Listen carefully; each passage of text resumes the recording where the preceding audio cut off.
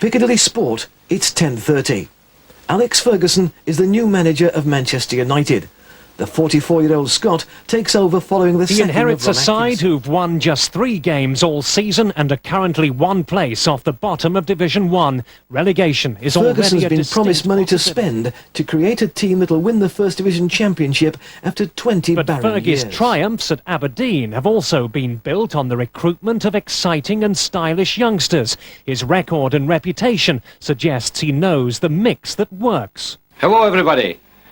I'd just like to say how delighted I am to be the manager of Manchester United. I hope in the coming years that I bring the excitement that this club's great traditions expect and deserve. And just look at that man's face. The years seem to have fallen away there from Alex Ferguson.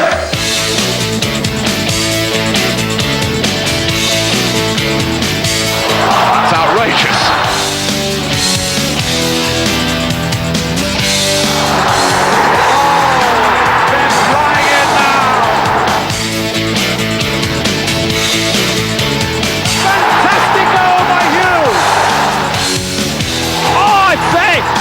What a beauty! Oh, he's found the race this time! Oh, unseemly! Beautiful! Brilliantly done!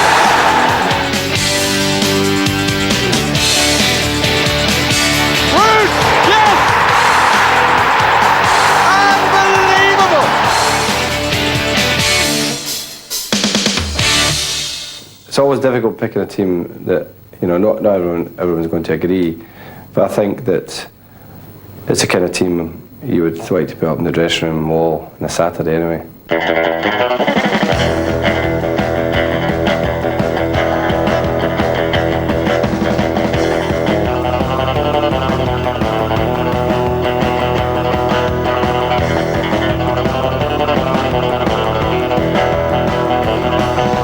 When I first came to the club, we had a good technical goalkeeper in Gary Bailey.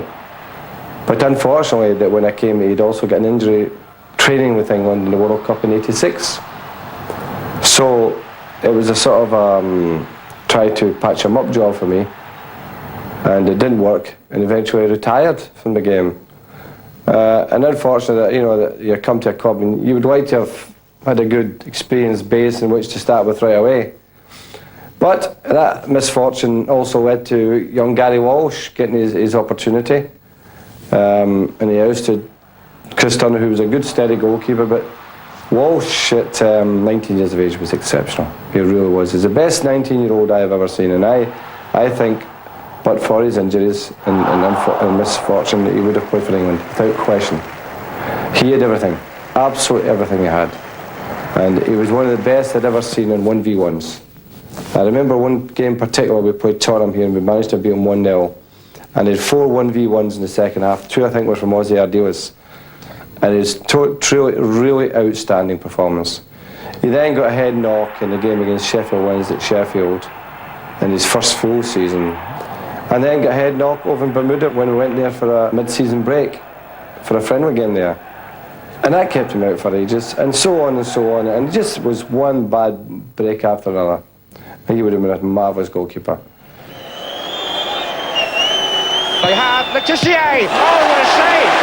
Gary Walsh.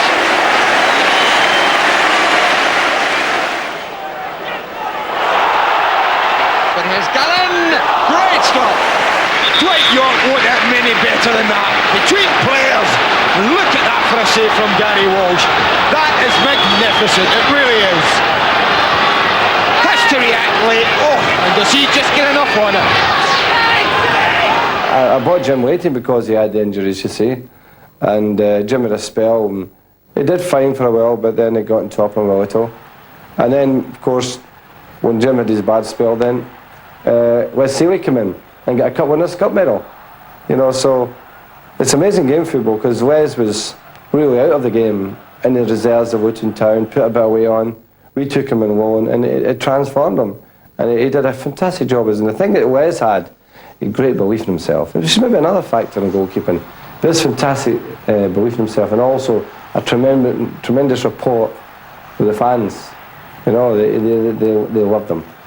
Maybe not a great rapport with Bruce and Pallister because they're always fighting, the three of them. Oh my word, they're going at each other now. And here's Clough, and now Jepson. Oh, wonderful stop, instinctive by Seeley, who was going the other way. Drury telling Hall exactly where he wants it played. It goes in deeper though towards Dixon. Oh, that was a marvellous save by Seeley. And it's Clough who does it! Oh, and Seeley with a save that leaves both Cloughs in disbelief. He served us well in that period, you know. But it came to the point where we had to progress, we had to get to a stage. I'd sent Alan Hodgkinson out to Europe quite a few times at that particular time, and he watched Michael about 6 times, and he came back and said, oh, he says, you've got to sign this guy. You've just got to sign. He's a massive man. His speed and presence and distribution, absolutely first class. You've got to take him. And so it proved. He's got better and better at the club. I think that in fairness, and I'm not doing overstating, I think he's in the top 3 goalkeepers in the world. Most people put him number 1. I would not disagree with that view. But in fairness to some goalkeeper maybe I haven't seen in South America or something like that, he's certainly, without question, the top 3. He's been fantastic for us. Presence, distribution, courage, speed. Train performances are sometimes electrifying. And in his own way, he's a motivator. He motivates the ones in front of him, certainly. And he's been a fantastic signing for us. Gage has a gap there. Oh, brilliant save! Marsh takes it. The ball is in there. Oh, and that is a fantastic save by Schmeichel. Here come Forrest, and Rhodes run about 50 yards with it. Call it 60 now. He really takes it. It's right! And that's a great save from Peter Schmeichel. It's an inviting ball from McGoldrick. It was a great pass. McGoldrick weaving a spell of his own. Oh, Roger, brilliant save! That has to be one of the saves of the season from Peter Schmeichel, who could scarcely have seen the ball, but somehow stuck up an arm to prevent it crossing the line. Well up May, Dixon, Johnson, right! Good save! Radicic, the pole.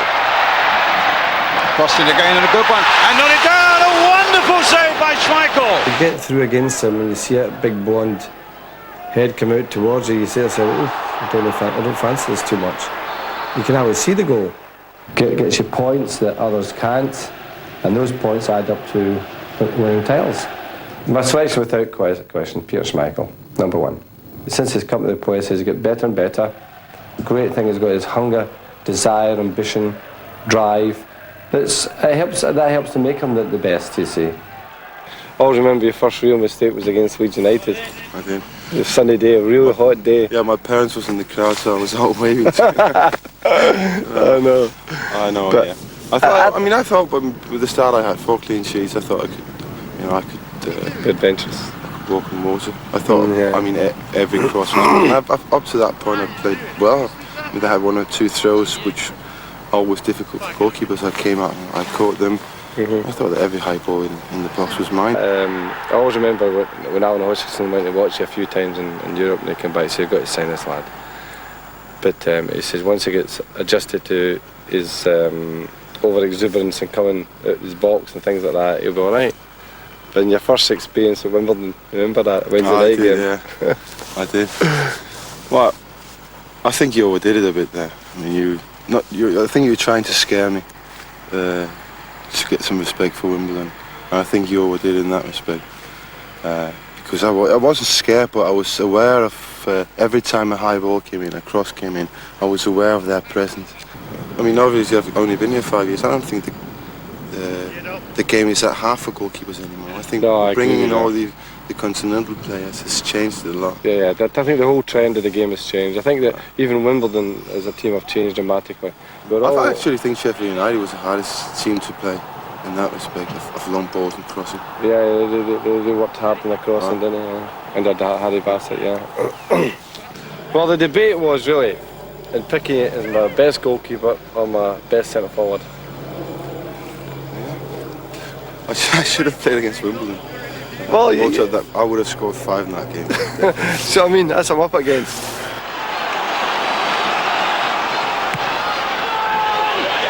Pallister up and Schmeichel's there! He's offside. He's offside. Oh, it's some finish, but it won't count.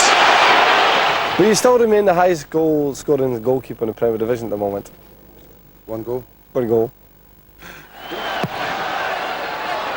Schmeichel! He's claimed the goal!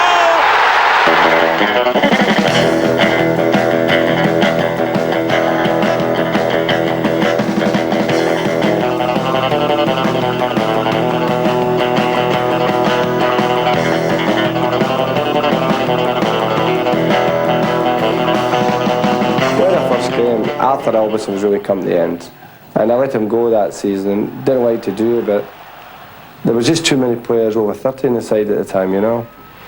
And John Seawick was the original attacking fullback, but I always felt he was more adaptable to playing in a 5 with the two, as a wing back, as he operated a lot of times with Denmark. So he didn't stay long, John. I think he left after his first season, and I brought Viv Anderson.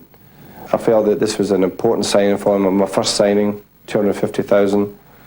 But he was just blessed with bad luck, you know, several types of injuries. And the funny thing about him, after he left, he never missed a game with Sheffield Wednesday. It really is truly amazing. He didn't play the number of games he should have at Manchester United, but he was a fantastic fullback, absolutely fantastic. Great defender, determined, great in the dressing room, absolutely marvellous personality, quick, marvellous in the air. We used to have a little free kick, we used to do our corner kick when Pallister and Bruce and Robbo were in the team. We'd make sure they were the focus of the attack, but I've aimed everything for Viv Anderson because he was amazing winning headers, he really was. Anderson in with the goalkeeper, and it's a goal! John Horwath was confused by Viv Anderson, and it's 2-1 to Manchester United, and Anderson's presence in the penalty area does for Manchester United what it did so often for Arsenal. I felt then Mike Duxbury was the type who could maybe do jobs from elsewhere, and then he was at a blazing time, Mike. As long as he wore the red jersey, he was happy to play, and he could play anywhere for you, as he did many times for us. As time goes on, we tried many players there, but when I signed Dennis Owen in 1990, after we played against him in the Cup semi-final with Oldham, we'd been watching him all season. Now we looked to this young boy, and this is with the use of the ball, crossing, absolutely marvellous. And he's been an incredible signing, £700,000. Can play either side of the park, he can play right or left. Dennis is such a great little player. And one of the unsung heroes, Dennis, because you never hear or see of him. You know, really, it's all the stars, the Cantonas, the Robsons, and the Inces, and the Keanes, and all them. And Dennis just goes about in the dressing room, doesn't say a word, does his training, goes home, plays 9 out of 10 on Saturday, next week's 9 out of 10, next week's 9 out of 10. Now Cotty, breaking for Bishop, oh it was an open goal or so it seemed, and Owen scrambles it Back of the net. Let's keep Owen. Keep ball, Martin. Come and get it if you want it. There's the acceleration. Oh, this is absolutely fantastic. Dennis Irwin. The whole cup tie summed up in an instant. Building up to the cup final, wee Martin, I could never forget Wee. And another player who was very unlucky with injuries. The year that we won the cup, he scored a winning goal, of course. And I said at the time, Wee, you should be playing for England. He was a quiet lad, and maybe didn't have the strong personality would have forced him further in his career at the club. Then he came back that 1990 season with a bad calf injury. And it kept him out for about 3 months.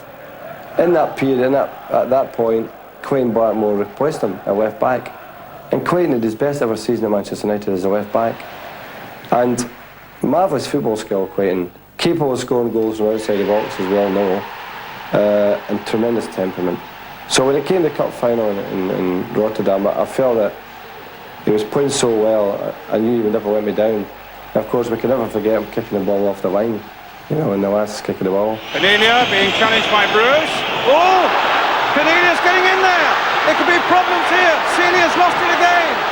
And Loughborough kicked off the line by Blackmore.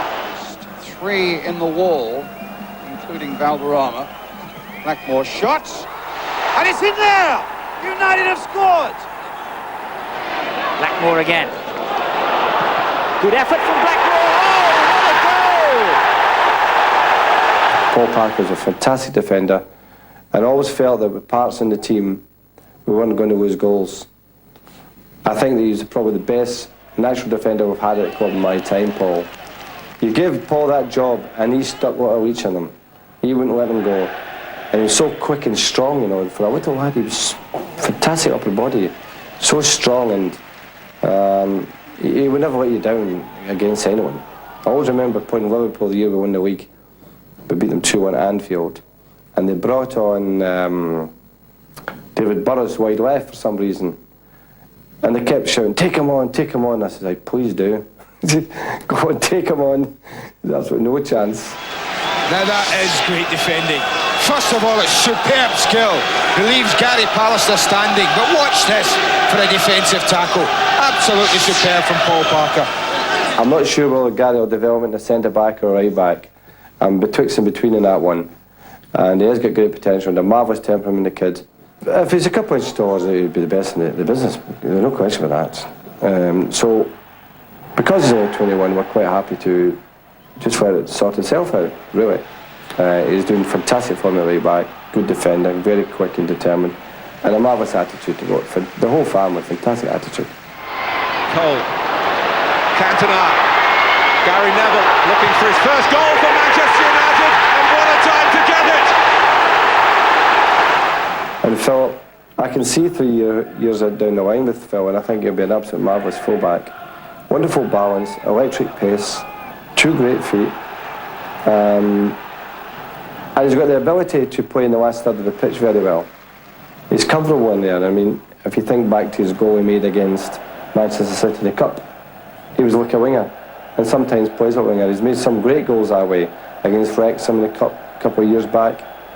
And he's one of the risks when I'm taking it, because I'm predicting that he will be a tremendous fullback in 2 or 3 years' time. And Philip Neville is steaming forward here, and he'll get forward into the area. Can he round it off? He certainly can.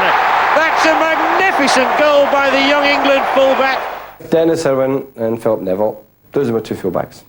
If you want to play Phil 1 week right back and Dennis left, it wouldn't be a problem, depending. You may be against an experienced winger who's maybe right-sided, and you say, well, go on, Dennis, you play against him, and put Phil across. There's an advantage in doing that, you see. So that's why I've swung that way in a way.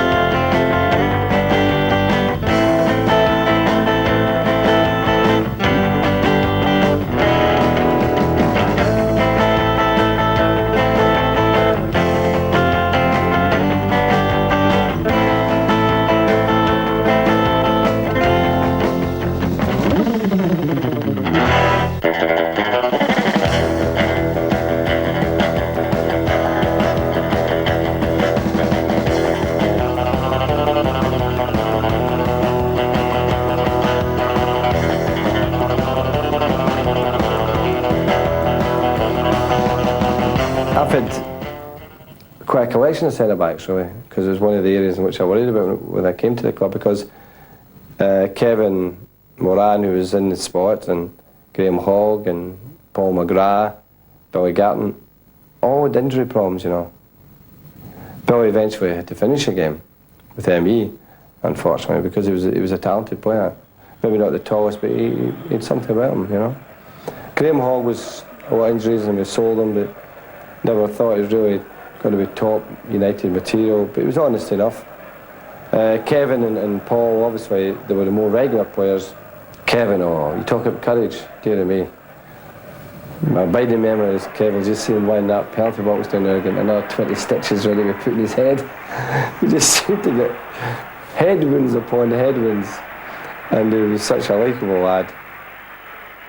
Just 48 hours ago, Kevin Moran's very life was in danger.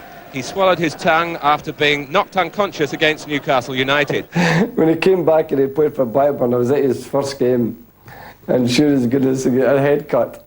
7 stitches in his head. And I said beside Ron Yates, he says, Alec, that was his first home game for Blackburn. He says, Alec, I saw him last week away at somewhere or other, and he got 5 stitches last week. So nothing changed for Kevin, never changed. But a great lad. Paul McGrath was obviously a tremendously talented player, and I decided to let Paul McGrath because, for his own sake, and you know, I felt that I had to set my standards at the club in terms of, you know, the way Paul saw his life and that kind of thing. It's all old hat now, really, and it's not really worth regurgitating in any shape or form. But suffice it to say, he was a tremendously talented player. I don't think he was an organiser. I think he purely relied on his talent. He relied a lot too on his tremendous physical capabilities, because he was very, very athletic and lightning quick, really, really lightning quick, and also a very good user of the ball. I don't think he was always consistent, but the ability levels he could get to were very, very, very high. Picked on by Stapleton. Anderson away, Stapleton again, and nodded in by McClair.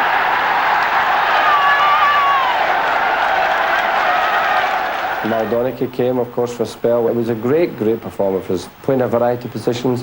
Happy, it never bothered him, playing right back, left back, even played in midfield sometimes. And he's up. You get some players who are naturally comfortable being a substitute, you know, comfortable with it. Mal was one of those. He could come on in the heat of any game and go right into the pace of it. Like Brian McClair, he's exceptional. Brian McClair has been the best ever at that. But Mal could do that, and he was a very, very valuable player for us in that period. When I brought Brucey for 800 grand, I remember speaking to the manager, Ken Brown, at the time. He says, Alec, you will never get a more enthusiastic lad as this. You just won't. He's infectious. And so it proved. You know, you get players who make careers with certain assets like determination, enthusiasm, one particular talent, you know, and develops other things. And I think that's the case with Brucey. I think this wonderful, infectious enthusiasm and love playing, love training. You could kid him on and he could take it. He could give it back, but he's just a marvellous personality. Of course, when I bought Gary Pallister, he came as like a newborn foal. I don't think he had a muscle on his body. So he worked very hard in his physical abilities. We did a lot of weights in the gymnasium, and he used to be sick to his teeth with it, you know. Power with the pace and the physical presence in the air. He'd dominant against any of the centre forwards you could mention. He could always handle them. But Brucey would have wanted to organise. He would have wanted to say, right, we're stopping here, we'll defend here. That's as far as we go. And Powell would just go along with it, accept it, no problem. That was a good partnership, that. It was a marvellous partnership. And as it developed, it got better and better. And you know why? Because they were never injured. Played every week. Always available for selection. Fantastic when you can put your 2 centre-backs down every week, you know. Oh, what a good goal! Gary Pallister. This is Tommy Johnson. Dean Saunders pulling away to the near post. Johnson shot, great block by Gary Pallister. Really good defending by the England man. Pallister. This is an imposing run by Gary Pallister. Pallister is free and it's 2-0.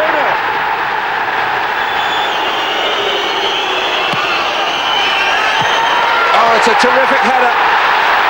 from Gary Pallister. Tony Dorigo, well forward. Yeboah going in, fine defending by Bruce. Oh, and Bruce has collected yet another valuable goal for Manchester United. Plus, Brucey always gave you a threat in goals. I mean, in one season, he had 19 goals. And in the year we won the Cup Winners' Cup, which is fantastic out of the way of goals for anyone. That was a peak time for him, you know. I mean, I used to get letters in. I used to get letters in for supporters time and time again. Play Bruce as centre forward. All the time I used to get that. But of course, he could never be a centre forward. That's Steve Bruce! Goodness, what a start! May never lets you down. Solid, steady Eddie. And I think he's replaced Brucey very, very well. He's been tremendous for us. Unfortunately for him, I played him right back in the first game, which was a bit unfair to him. But we had Paul Parker injured, Gary Neville injured, so David fitted in there for a few 2 or 3 months, in fact. And he also, when he moved him back to centre-half, proved that was his natural position. Then obviously his confidence grew to a level that he was included in the English squad last year, which was great for him. And it's gone in! Looks like David May. And Ronnie Johnson's been a revelation, coming right into the English game, and also can play positions as he has done for us this season: right back, left back, centre midfield. But what he has got, and it's shown last year, is absolute superb pace. He's lightning quick. He's a good passer of the ball. And he learned that part of the English game, how to defend and crosses, that type of thing. That got better as he developed into the team. And I thought he was one of our more outstanding players last year. There's Johnson off the line. Johnson off the line. Goal! It's dead easy to pick the centre backs, Bruce and Pallister, Daisy and Dolly. Can't get by them. Plus, they give me a laugh. You know, I think the two of them arguing like a pair of sweetie wives, you know, like old fisherwomen, you know. Whatever happens to the parallels, the two of them are going head, and it makes me laugh just looking at the two of them, you know. These two are the bane of my life. There they are. Especially that one. Daisy and Dolly. Yeah, but which one's which? We still don't know which one. I don't know which one's which. I don't think you can make your own mind up about that. Well, you came up with it. It was down to you to... And it was pathetic, I know, by the way. I want your opinion on this because it's going to be a debatable point over the years, because the length of time you spent at centre backs, who taught who? There's certainly on different wavelengths. I would agree. I was talking about that in an interview today, actually, about... He still blames me for his debut, by the way. When he got hammered, he gave away a penalty and gave away the first goal, didn't he? Remember his debut against Norwich? You were on the house the other night watching the video and said, it was my fault. And I got 30 for that one. The second one, Rosario ran away from him. That was a good debut. Rosario ran away from him. Rosario. You just put me in a bad team. I was just posted. But that's the thing I said to the chairman when I first came at the club. Look at the centre backs, how many games have they played? And we were discussing we were going for Brucey. I said, you know, Brucey's played more games for Norwich than Paul McGrath and Kevin together had played for Manchester United. So what happened with you two playing together for so long? You sent to jail, hadn't you? What's happened to Pally now? You've broken down since I've left. See, left out the England squad today. Injury prone now. See, I used to take all the knocks, now you've got to be the big... This is it. The big name, and he's sitting there with another black eye. Yeah, I know. Was that John Slade to give you that? Aye. It's about as high as I can jump now. You're on your knees now. Oh, I was trying to head it on my knees. Terrible. But how did you never get a broken nose then? He says he has. Look, First game of the season, wasn't it, at Wimbledon? He says so. As oh, you did, aye. First game without him, I get my bloody nose broke. Look at the state of me. The better Cribbins nose. No, it's the face. You got that done a couple of times with us. I know. My first game, I know. Portsmouth, yeah. My debut, aye. You thought you got a bollocking. We got a bollocking. First time I'd won away from home for 6 months. And we got a bollocking. We just won 2-1 away from home. I was delighted. All the lads were cowering in the corner, waiting for what was going to happen. I said, what's the matter? We just won 2-1 away at home. He comes in and gives everybody a bollocking. I think we were bottom of the league at Norwich at the time. It's the first time I went away from home for about 6 months. Oh, yeah. And he says, we're crap. But we won 2-1. We were? You didn't play in the Man City derby game, that famous... I know. Parade. I know. I was going to stay in Middlesbrough. I went on to Middlesbrough that night and wasn't going to come back. I was going to phone the boss and saying that, look, now I don't know if I've changed my mind. But didn't we... But didn't we... phone Bruce Rioch back home and say, look, I'm coming back. I love you, Bruce. Yeah. What happened? Didn't you kick Queen's Park Rangers? Oh, Queen's Park Rangers. You had your foot jammed in the door. I was last one in, as I usually am. I remember Kiddo was still with the kids in at the time. And I was just walking down the old part of Old Trafford towards the dressing room. Kiddo says I walked past me and went, God, you're going to get it now. I came in and you had your foot jammed. Get out, you're not coming in. I said, get your boots off, you're not going out again. Oh, that's happened a few times. I actually talked you around, I think. And I went back out. Come on, please put them back on. And had a bigger beast. A bigger beast. Ah, dear.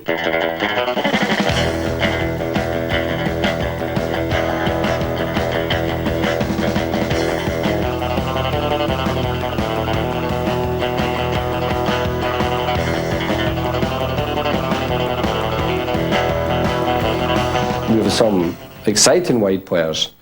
When I first came to the club in Mould, a lad from Aberdeen, gone Strachan, and he was, I think, here 2 years before he left to go to Leeds United, and he was a marvellous player for me, Aberdeen.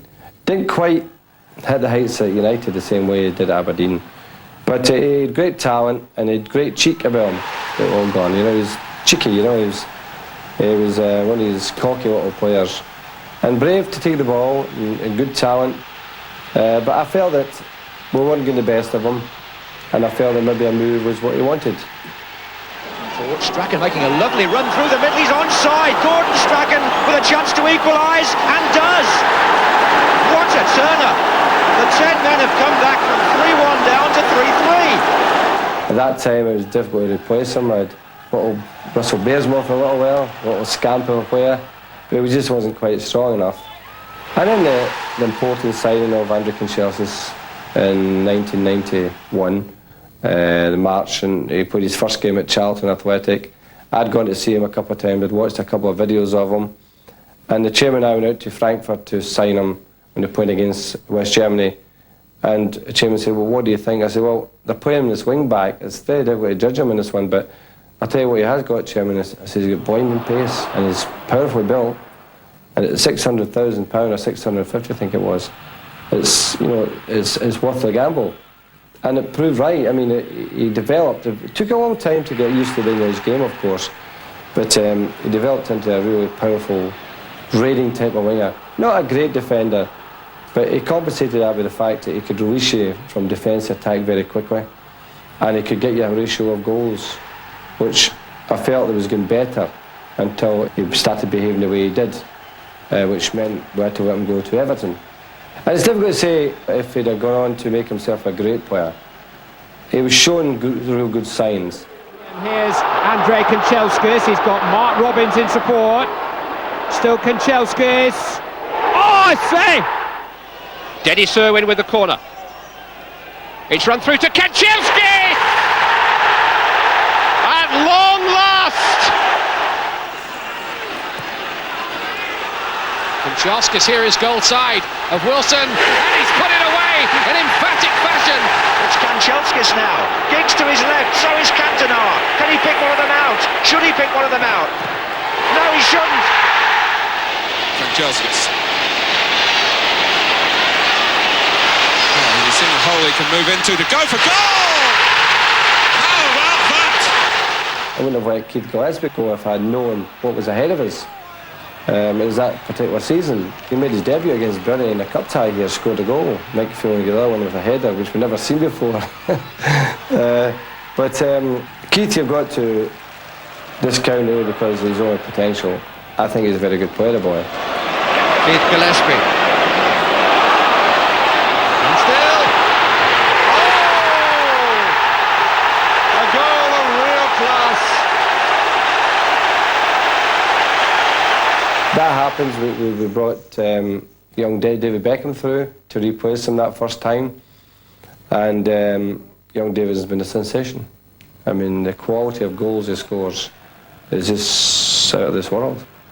And I think in 2-3 years' time he's going to be a real top player. The boy was always desperate to be a footballer. And from the minute he came to the club, all he's done is practice and practice and practice. He's set a great example to all our young players, because he's without doubt to the forefront when it comes to practicing. And that shows in his game. It shows in the number of goals he scores and the type of goals he scores. You don't get that by reading books or going to the cinema, discos. That is absolutely phenomenal. Beckham. Giggs has gone to the left. Beckham! Well, when you think he's done the impossible often enough this season, he does it again. No flag. Beckham. It's going to be Beckham. Oh, and it's another classic from young David Beckham. Little Karol Pogorski comes into the equation simply because I think you will see him develop into a very good player here. I've got a feeling about it because he trains so hard. He's a lovely little lad, and he wants to do it. So hopefully he can settle down and get used to our game and make a real impact. And here's Karol Pogorski right through on goal for Manchester United, and that just about seals it. David Beckham. I've got a bit of Cockney lad in it. Adds a bit of glamour to it, doesn't it? But I think that the reason that it's a bit of a risk factor, you're always hoping that they fulfil the potential of the show, just in case of Philip. But I think the signs are well and truly laid there. He's maturing all the time. He's got marvellous stamina, the boy, a high skill level, and he has a great desire to be a top player. Well, Mr. Beckham, do you remember as an 11-year-old lad coming down to London games? Yeah, I keep getting reminded of it by a few of the players that's there. I know.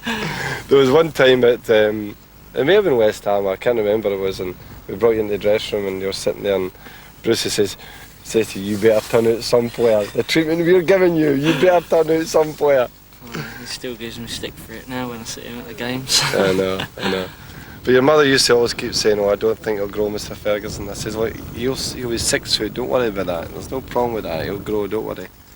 And now you're a monster now. I was worried when I was, that size really. Yeah. Don't know what it is, it must be the air. Were you aware that how we got in touch with you?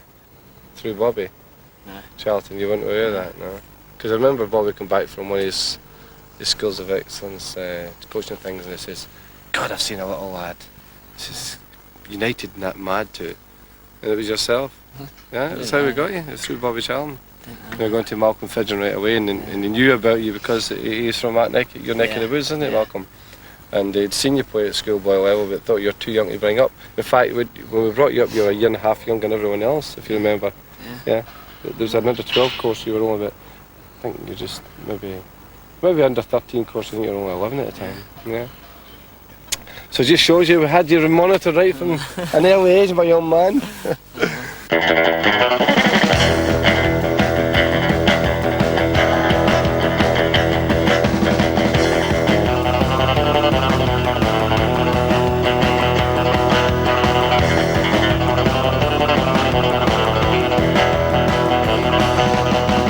I did for a spell Colin Gibson operating as a sort of a midfield player only type player, In other words, he could go up and down the line, good left foot, good stamina, and he could defend reasonably well because he was really a fullback. But in the main, it's been a collection of left wingers,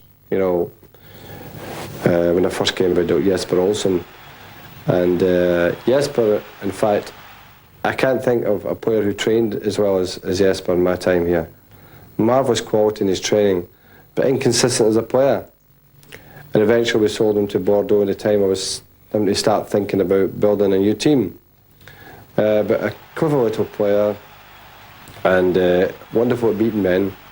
That, in fact, was I think it was his greatest asset.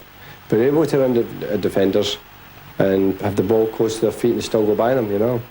Southampton with the extra man. It always sounds fine in theory, but we've all seen teams with 10 men raise their game, and of course Manchester United did it against Everton in the FA Cup final, and they've done it here. Jesper Olsen with a little jig of triumph. Well, what we did, we played him as a left back, really, and fantastic. We really did really well, the boy. And then eventually, which was always going to be, you know, in his eyes anyway, an outside left, no question about that, because unbelievable pace, marvellous cross of the ball, and a good finisher. But then he had a succession of injuries, Lee, and then he started to develop, his body started to develop, he got bigger, he got stronger and heavier, and the pace went, really, you know, the real blinding pace went. And I think sometimes that can happen. But the succession of injuries could have helped either. And then the meningitis, of course, and that was a worrying time for the boy. But he was a good servant to us, and I think at the end of the day, he left at the right time. Winterburn doing just enough. Sharp pinching it back from Dixon. It's a beauty! McClair, now Webb, now Lee Sharp, real chance! He's back! Hughes has got it down, he's turned, and this is Lee Sharp. He's done it again for Manchester United. Well, that's a beautiful ball. Martin, first time, good cross. Oh, on the volley by Lee Sharp, and a goal out of the blue.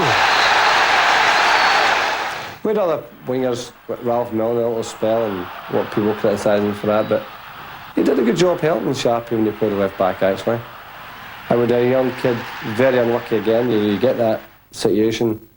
Giuliano Mariano, terrible injury, just right on the corner faggot against Newcastle reserves one night, and did every ligament in his knee, never come back. Unfortunate for the kid, because he had a chance, you know.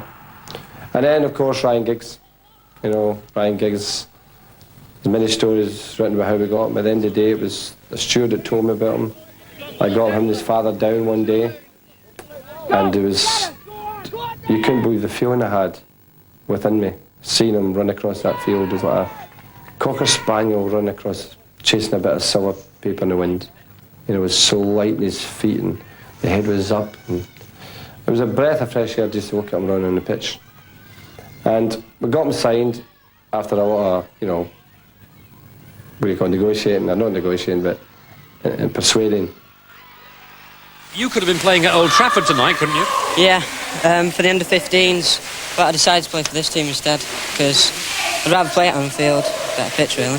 He has fantastic talent that you didn't need to ask him to do anything else, because it's so, the balance and change of direction and speed was what terrorised people. It's just that's a God-given talent now, believe me. You don't coach that. Oh, it's got past Clark. It's in. Giggs. Still Giggs. Beautiful. Brilliantly done. Telfer robbed by Giggs. Oh, wonderful goal! Well, the problem for Bobby Mims is if the ball goes over the wall to the goalkeeper's right, to the left as we look. But it's Giggs who takes it to that side! Well, Ben Thornley, without question, prior to his injury, we thought, you know, here's real competition for Giggsy, you know, because he was outstanding, he really was. And he'll have a good career in the game, and he's in the first team pool now, which is nice to see. He deserves that, because he's worked hard to get there. But he has good temperament, good courage, considering he's had a bad injury, still get the same courage, wonderful cross of the ball, and a determined little beggar, you know. He's always in biting at people, you know. And he's a tremendous personality too. He's got a lot of things going from Ben, and he's a lovely lad. I like him. Jordi, I think we're not seeing the best because there's been so many injuries this season. His great composure in the last third, good vision, good balance, and he can score goals. I don't see why he can't be a top player here. Well, short from Hendry, and Jordi Cruyff has equalised. Kicks, no doubt. electricity, get the people on their feet in games. Marvellous change of direction at speed. The courage to go by people without thinking about it. Penetrates all the time. And to me, to my mind, having a player like that in your side is so crucial, particularly at a club. And he has to go in, no question about that. I think we all could see the potential, and it's very difficult. I mean, you have to have been brought up and come right through that process of the publicity about yourself, you know. And I've had a lot of criticism, but I think, in fairness to all the chats we've had, I think it was the right thing we did. Don't you think? Yeah, definitely. I mean, it was stupid, some of the publicity that he was getting. People saying that I should be speaking to the papers, I should be giving interviews when I was 17 years of age, and I didn't really want to do that part of. No. I just wanted to get on with football, play the games, and I thought, what you did was the best thing. Yeah. Definitely. But I think now I don't ever insist on you doing anything really, other than, don't overdo it in commercial things in which you don't. And I think you know who you can trust and who you want to talk to, and it's up to yourself after that. Yeah. Well, I remember the first time I went up to the press room, it was the night we won the championship. Was that the first? Yeah, that was the first, and you said, go up and go in the press room. Oh, that's right. And they didn't have any questions for me. Because we won the championship and they just wanted to... Talk about the championship. That's right, I thought it was one of my more clever moves. Yeah.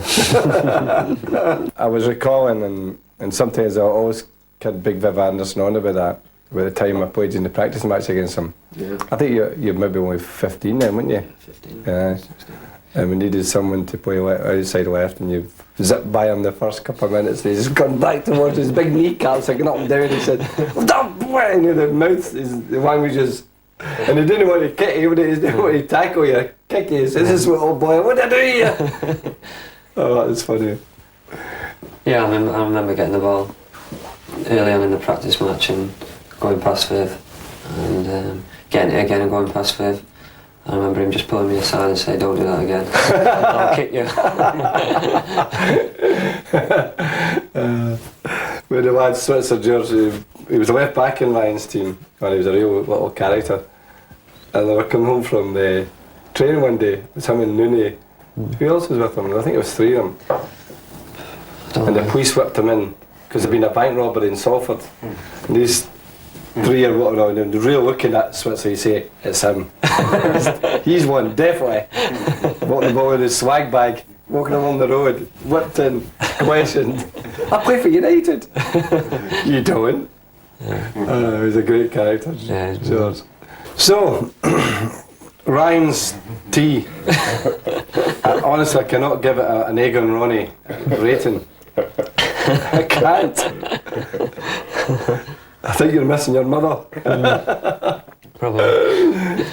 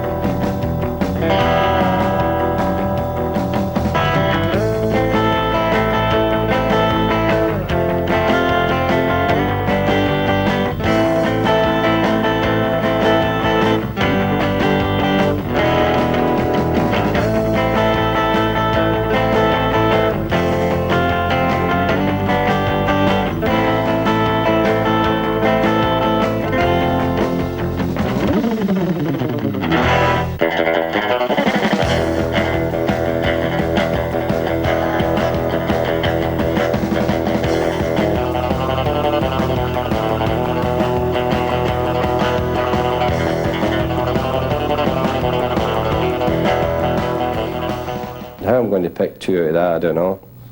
Can I get 2.5? Or can I put the names in my pocket and pick them out? Well, when I came, it was Moses and Robson and Whiteside. God, I played them 2 or 3 times together, you know. Oh, marvellous. I mean, Moses was very unlucky because of terrible ankle injuries. Great reader of the game, marvellous, intelligent passer, understood the game, absolutely wonderful. But didn't play enough, you know, to come in the frame. And as Norman Whiteside, and I've always said this about Norman Whiteside, Norman Whiteside could play in any stadium in the world, or any crowd, and would not bat an eyelid. The temperament was unbelievable. He just could look through people in a game. Real cold, calculating eyes, and fantastic player. And but for his knee injury, he would be one of the best players ever. And I mean that, ever. He was tough too, you know. When the battles were on, he would never be missing. And a fabulous foot finisher. United finding room in which to manoeuvre in midfield. This is Muren, a beautifully delivered header for Whiteside. It breaks for Robson. They've got a second bite at it. Whiteside. Oh, they're flying in now. Ormiston. Oh, Grimes is onside, and so is Whiteside here. Oh, I say, it's amazing. It's gone past Bracewell. Whiteside's onside. Strachan in the middle. Olsen up as well. The goal! Whiteside! That's incredible! Mick Durst would play there for a spell, and there was young David Wilson and young Darren, my own son Darren, played there for a while. Mike Phelan played in the cup final. He's a great competitor, Mick. Played a few positions for you, never complained. Played a vital role in the cup final, one of our better players actually. Neil Webb was here for a spell. He's unfortunate with injuries, certainly. But then you come down to the nitty-gritties, the players of real emphasis on what I'm saying about midfield players. Ince, Robson, Keane. We're always looking for someone to replace Bryan, because for a decade he was the best player in England. And I always remember coming back from watching England and Spain, and there were a few managers on the play. Ron Atkinson was on when, you know, obviously Ron had brought him here, and one or two other managers. And a few of them were discussing Bryan. One says, well, he's not the quickest, you know, and another one says, he's not a great tracker of midfield players getting his last third. Another says, he's not that quick. But I'm sitting and saying to myself, this is the best player in England they're talking about. He's not got this, he's not got that. But what did he have then? You know, what did he have? Bryan had this wonderful sense of occasion. Every game was really important.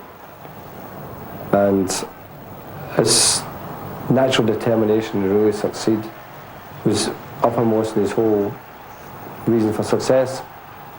And also, as a talent, he had a wonderful sense of timing. As two players went up for a ball, he would know when it was going to fall and where it was going to fall. And when the ball came into the box, he'd be lasking in the box. He'd always be there to put it in. No one can match him as a player getting into the penalty box in my mind, and of all the players that I've had here or anywhere else. And an influential person in the dressing room, well liked by the players, a great captain, and courage, well, 3 broken legs, broken collarbone, 101 hamstring injuries, ankle injuries, and still played to 37 years of age. So that tells you something about the man. Robson reflecting the confidence in Manchester United's display. So too Moses, and the referee quick to make sure that he could avoid any tangle with Matt. Muren. Robson wants it early. Brilliant goal. Robson. And Robson again getting it back from Stapleton. He's on his way. Can he find the shot? Brilliant goal! Ferguson, Kane winning his private duel with Chamberlain, and it might have set something here with Whiteside freeing Robson, and the finish is exemplary. Whiteside is there, so too is Stapleton. A goal! Robson right on the line. Albiston United still able to go pressing forward. Still a goal behind, and Robson pulls it back. And as I say, we're always trying to find someone to replace him. But first of all, get Paul Ince. For 2 years, he was absolutely sensational here. And his real assets are defending. And I think that's when maybe I didn't see eye to eye when maybe in my last year. And I felt he was trying to change the game to be an attacker. And I think, knowing the player and his real assets, without doubt, you put him in front of that back 4 years and no one will go by him. He's the best tackler, lightning quick, 2 great feet. Stopped by Paul Ince, the man that Ian Wright himself calls the governor. Ince tries the shot. Oh, what a goal from Paul Ince! Ince, 2-0. And that should mean the Charity Shield for Manchester United in spectacular fashion. And then Roy Keane. Well, what can you say about him? And I'm not wrong when I say this, he's the best player in Britain. He has fantastic idea of the game. His knowledge of the game is superb. Awareness, vision, passing ability. Engine incredible, up and down all day. He could run forever. Competitive, marvellous player. And you know another thing about him, he could play in goal and centre forward in the one game probably. Play anywhere in the pitch, just happy to play. Nice touch against Scholes, played early by McClair to Roy Keane. Keeps his balance and scores. That's a real gift for Peter Thorne. He has Allison to his right. This is Thorne, he's running into trouble because Keane's there. He'll rescue the situation, magnificent. Consider Nicky Sibley because although I've taken risks with the 2 other positions, we're talking about this moment in time, the major players at this club, midfield players in the last maybe 3 decades. And Nicky will eventually reach that, I'm sure of that. Marvel, he's been fantastic for us as a kid. He's now doing what we all knew he could do at youth level, scored goals. Diggs comes to now, pulling away from Albert again. Not coping with the quality of his work off the ball, let alone what he does when he's in possession. And here's another one. Beckham's cross, and Nicky Butt flying in with the header. Trying to get 2 from that is very, very difficult. Your Whiteside, Ince, Moses. I mean, you talk about really outstanding players, believe me, outstanding players. But I'm going to go for Bryan Robson and Roy Keane. As a balance also, the competitive thing they have, but also a goal out of one of them. And also the fact that Robson such an influence and organiser that you're really looking at Robson and Keane or Ince, and I'm going to go for Keane because I think he's at 25 years of age is developing into one of the best players this club we've ever had. You know, one of the things I was asked about what do you require to have coming to this club and playing. When you talk about these kind of players, it tells you definitely need to have the conviction and the temperament to be able to play at our level and the belief in yourself, and I think they all had that. They all had that. It wouldn't matter who we played against. We had that tremendous belief and conviction about ourselves. Courage, the right times, the right pace, the right places. It was a really, I think, is the best ever team, the double winning team. Well, they definitely believed in themselves after the Barcelona game, because Barcelona was something going into the game. There was something like 3-1 on favourites to beat us in something like that. It was incredible. In the cup final, and I think a few of the lads had sort of half doubts going into the game, but then after the game, then they were full of themselves and they knew they could beat anybody. Then I remember Ince before that game, and Eric Harrison sent me into the shower to get him out. But I mean, that was a simple team talk. That I just went into the shower. He says, "You better go and see your mate." He says he's a bit nervous. I went in and he says, "What's the matter?" He went, "I've never been as nervous in all my life." I went, "He says, all we do is first couple of minutes, just get wired into a couple of times and your nerves will go up." That's good moments. I used to enjoy the banter in the trainers' room as well. It's good. You know, because that was handy for me, because I used to think I'd get away from the trolley, so I'd drop out then off early, and then I'd come in probably about an hour and a half before we were going to train. Yeah, so you did that. The banter with Eric and Kiddo and them, like, you know, when we're in that room. But it's good to have a good atmosphere. I think it's important, because I would hate to think that I had a situation where they always went quiet when the manager came in. You know what I mean? You mean like you used to? I used to go really quiet when you walked in the room. That's like Ince going into your office to shoot you. I remember that.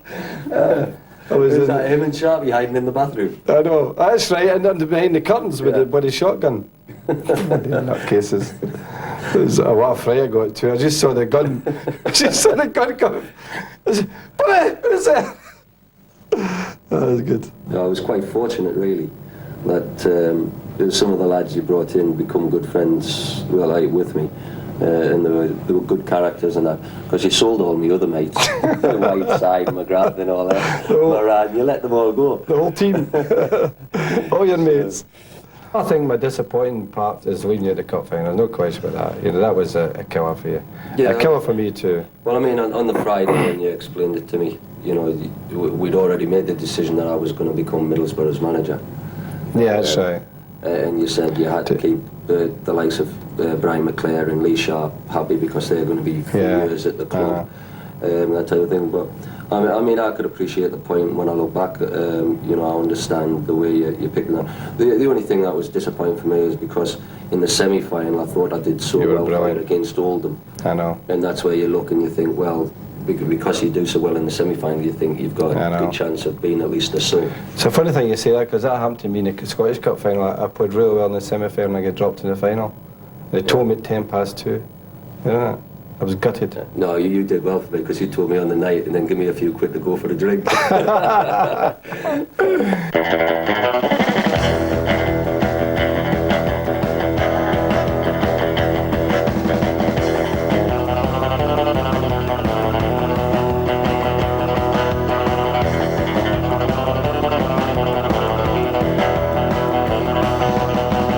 When I first came, with Peter Davenport and Frank Stapleton. Frank was the real end of his career, so you know it was difficult to assess him. But obviously he moved on quickly, and really, I think he was probably right, you know, at the time. You know, Peter Davenport was a good footballer, but you know, not as strong as, and also the endurance factor, maybe playing every week, would be a problem for the lad. He was a good footballer, nice balanced player, a good skill factor. But then I sold him to Middlesbrough. I brought Brian McClair my first summer here, and he was a fantastic signing, absolutely marvellous.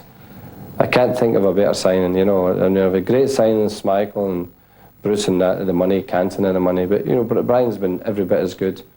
He's loyal, marvellous in the dressing room. He's a considerate person, and he does a lot of work for the players. That may not register with many people, that, with everyone, but you know, it does with me, and it does with everyone in the club. And he came and beat George Best Reckon his first year here.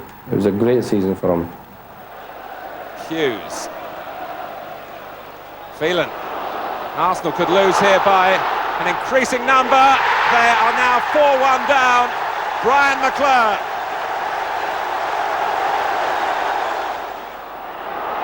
Gone all the way. And a brilliant goal by McClair.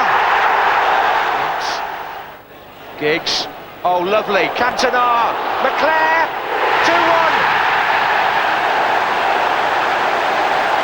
I brought Sparky, and a lot of people says they didn't go on, things like that. What a nonsense, you know, that no.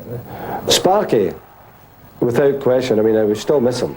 I mean, his decision to leave, I thought was a bit premature, but I can understand it, because he felt that Andy Cole, and that, in fairness, was probably the scenario I looked upon in a long term, because Sparky was 32, come on 33. Because he's a quiet lad, you know, and he didn't lose energy in the build up to a match, because he was so calm about things, you know.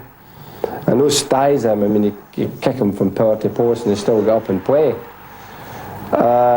And also, which was endeared him to the fans, was a scorer of great goals. Not your skittery ones that come off your kneecap or your backside, or come off the post onto your foot and go in. He scored better goals than anyone probably has, even Beckham. Hughes. The try's luck. It's in. It's everything in the end. Ryan Giggs responding to the chants from the fans. Flick from Cantona to Hughes. Wow! What a goal from Mark Hughes. With Mark Robbins in a time that was an important time for me, and he, as much as anyone, got us to the final. scored against Newcastle, scored against Nottingham Forest, scored a winner against Oldham in the semi. And he was a great little finisher, you know, tremendously clever little player. But didn't have a great physical presence in terms of the Sparkies and the McClairs and that. And they were never injured, you see, so it was a problem for the lads. They wanted regular football, but he did very well for us in that spell. When we bought Cantona, everything seems to take off. We didn't have before. Now, although I thought we were getting there, he certainly accelerated it, there's no question about that. And he dovetailed in with Sparky perfectly, you know. It was almost made in heaven, if you know what I mean. They just seemed to gel. And if you've got two strikers like that, it's a heck of a start to get into any football match. But the other thing about Eric is his sense of occasion. Scoring. We're needing a breakthrough here. He would provide the answer. When you look at the record, 4 championships in 4.5 years, and if he hadn't been suspended, then we'd have won 5. There's no question about that. We'd have 5 in a row, which would have been incredible. You just couldn't write this script. There's a break on here. Cantona is free. Giggs has seen him. He's found him. Cantona looks for the chip. Oh, exquisitely done. Oh, magnificent. And then I put in the equation Paul Scholes. Although, you know, he maybe recognises himself as a striker, but I'm playing in midfield at the moment. Now here is probably one of the best football brains this club's ever had. And tough. And he will become a tremendous player in this club. Beckham. Scholes ahead. Cole, this is a shooting chance. Went for Scholes instead. Oh, finds the net. Cole. Scholes! Oh, that's an excellent finish. Andy, I still think, marvellous player. I don't think he's done badly for us at all. I mean, he got this criticism from the press and all that. But he's done well for us, Andy. I mean, he's a different type of striker from the others we've got. He's a different type of striker from anyone's got. And he lives in the penalty box. I've not dealt with a player who's so quick in 3 or 4 yards reacting to things than Andy Cole. I expect plenty of motoring from Manchester United tonight. In front of their own fans again. It's Giggs to Cole! Oh, and misjudged by Adams. It's Andy Cole. It's beautifully taken for Manchester United. He skipped past Lukic and suddenly... It's been a revelation since the boy came. We don't know how far he's going to go, but one thing I know is when he gets a pre-season behind him, a rest in summer, a good pre-season, we can never see the sparks flying. And Schmeichel's throw could put Solskjaer in. Kubicki's missed the challenge, and Solskjaer is all on his own. Isn't that a cool finish? Oh, he had a phenomenal season, the lad. It was a bonus for us, really. 18 goals, and strike rate was terrific. You know, shots on target and things like that. And considering his first season in the English game, he's done very well. And he's driven a ball there forward for Cole. McGrath didn't make that. Solskjaer for Manchester United. Goal! I'm going straight forward. Cantona and Hughes. No problem. Courage, presence, understanding, ability in the air from Cantona, and also the ball goes to forward to Hughes. It doesn't come back, sticks there. Yeah, what assets there. A good team partnership there. So that's my 2. Sub goalkeeper, probably young Gary Walsh. A versatile defender, Gary Neville, definitely. Ince, Whiteside. Difficult, that one. McClair is a great substitute. Sharp's one you consider because he could play the left side. But, well, if you're going to go and win a game, you win it, somebody can score. I would probably Cole or Solskjaer. Probably wait to see which one was fit. If it's possible, you could have 11 subs and I could pick you another team. But you're looking for the best team, and I think that comes very close to it. I think some supporters and some of my staff and players would disagree with me. Obviously, my players are definitely would disagree, but not far, not a lot. There may be a little variation here or there. But you put me on the spot, I've given the best I can. I don't think I would be disappointed leading that team out of Wembley, put it that way.